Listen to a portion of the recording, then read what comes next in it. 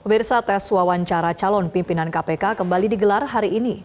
Sebanyak 10 capim KPK termasuk Wakil Ketua KPK Johannes Tanak ini mengikuti tes wawancara secara terbuka.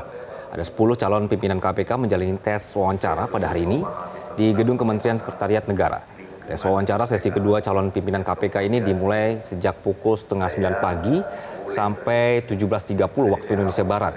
Terdapat 11 penguji dalam tes wawancara termasuk 2 perwakilan masyarakat sipil, kemudian Ketua KPK periode 2003-2007 Taufik Rahman Ruki dan peneliti Indonesia Corruption Watch Dadang Trisasongko. Nantinya nama-nama capim dan Dewas KPK yang dinyatakan lolos akan diserahkan kepada Presiden dan DPR untuk dilakukan fit and proper test. Kami ajak Anda bergabung bersama jurnalis Metro TV Nadia Soraya langsung dari Gedung Kementerian Sekretariat Negara, Jakarta. Nadia, selamat siang. Bagaimana jalannya tes wawancara, siapa saja yang dijadwalkan untuk tes hari ini, Nadia? Ya, selamat siang Anggi dan Marcel. Tes wawancara calon pimpinan KPK atau capim KPK ini benar sekali sudah dimulai sejak pukul 8.30 hingga nanti sore di pukul 17.30 waktu Indonesia Barat.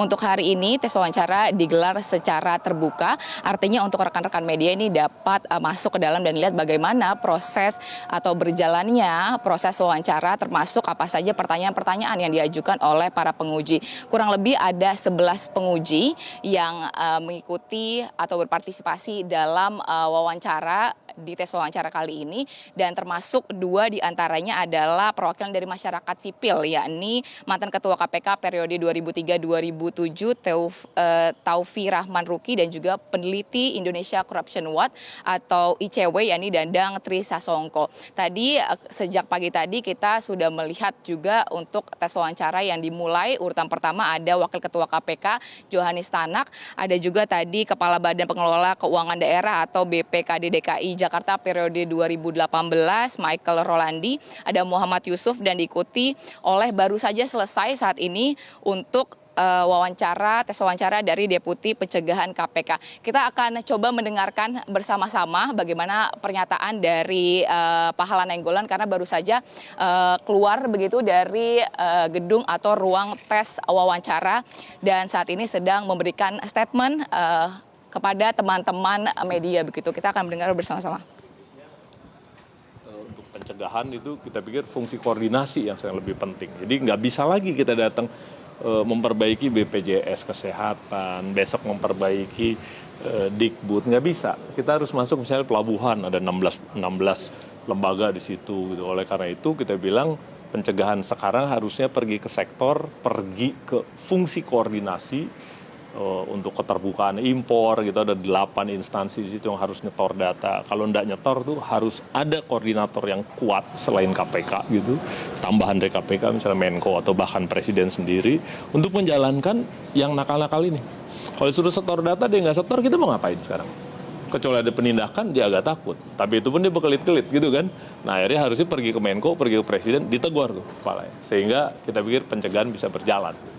Saya pikir itu, dan ditanya soal realnya apa tentang peningkatan penerimaan pajak. Saya pikir yang pertama ya harus diputus hubungan antara wajib pajak dengan petugas pajak dalam bentuk kalau wajib pajak ngelaporin oknum petugas pajak yang nakal, itu harusnya dikasih insentif. Tidak diperiksa, bayar sesuai dengan yang dihitung wajib pajak gitu, untuk berapa tahun lah gitu ya. Sehingga ada insentifnya. Kalau sekarang nggak ada. Ngapain juga saya ngelaporin petugas pajak, orang saya untung kok.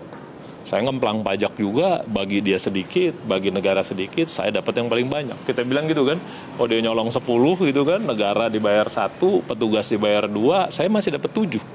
Yang begitu, jadi kita bilang sebenarnya lebih besar potensi di pajak dengan cara memutus hubungan itu.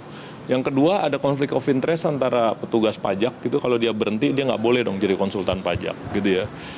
Terserah mau nggak boleh langsung atau ada cooling down period gitu, nggak tahu gitu. Tapi harus diputus dulu sebelum dia bisa berfungsi sebagai konsultan. Yang ketiga tentu saja RUU pembatasan kartal yang 100 juta. Susahnya mengut pajak di kita karena orangnya main-main tunai di sana-sini.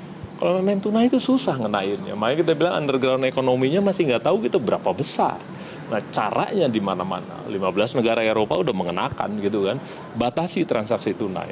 100 juta sehari maksimum. Jadi semua masuk ke sistem perbankan. Nanti pajak akan menikmati. Gitu. Kalau semua masuk di perbankan. Dan yang terakhir kita bilang bahwa selama ini pertukaran data dengan Dirjen Pajak selalu gelap karena ada pasal 34. Namanya rahasia pajak. Kita nggak bisa nanya, ini NPWP-nya berapa sih? Nggak bisa. Atau dia bayar pajak berapa? Nggak bisa. Itu rahasia pajak kan. Nah kita minta pasal 34 itu didefinisikan. Apa yang boleh dibuka, apa yang enggak. Kan teman-teman lihat ya kemarin yang tiba-tiba Inul pembayar pajak terbesar gitu kan. Kaget kan gitu.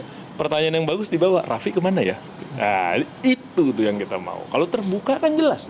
Yang disebut 10 orang terkaya di Indonesia berapa sih pajaknya? Kita mau tahu juga. Nah itu jadi partisipasi masyarakat ada kalau pasal 34-nya didefinisikan apa yang bisa apa yang enggak. Saya pikir itu yang tadi ditanya ya kontribusi udah gitu gimana kalau pajak secara spesifik. Kasus Geodipa yang termasyur pasti itu gue udah kemana-mana ke Barreskrim udah tapi gue tegesin bahwa gue tidak pernah diperiksa Dewas. Pemirsa, itulah tadi laporan rekan Nadia Soraya dari Kementerian Sekretariat Negara terkait seleksi Capim KPK. Jelajahi cara baru mendapatkan informasi. Download Metro TV Extend sekarang.